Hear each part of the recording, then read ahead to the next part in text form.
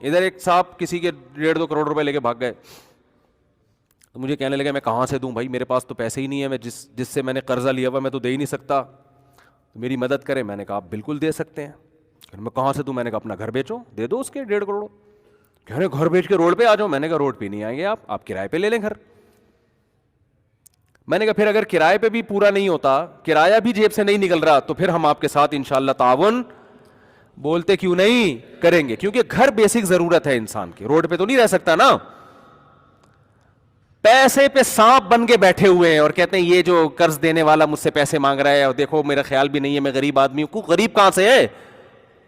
240 گھر کا 200 گز کا گھر لے کے بیٹھا ہوا ہے, 3 اسٹوریاں بنی ہوئی ہیں اس کے اوپر, بیچ بھائی اس کو. تو کہہ رہے نہیں یہ میں کہاں جاؤں گا, یہ آپ کا ہیڈک نہیں ہے, یہ اس کا ہیڈک نہیں ہے جس نے آپ کو پیسے دیے کہ آپ کہاں جائیں گے.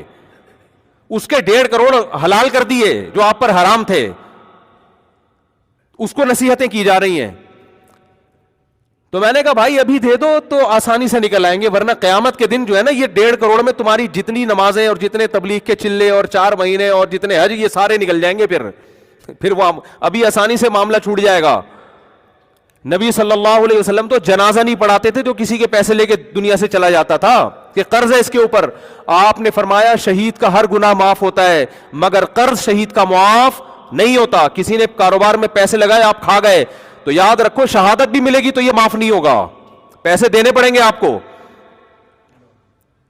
ایسے کسی کا مال اتنے نمازی یہ کام کر رہے ہیں, کسی کا مال کھانا اتنا آسان کام بن چکا ہے کہ نمازیوں میں یہ کام ہو رہا ہے, کیونکہ وہ نماز کی اہمیت تو جانتے ہیں, مال کھانا کتنا بڑا جرم ہے اس کا ان کو پتا نہیں ہے.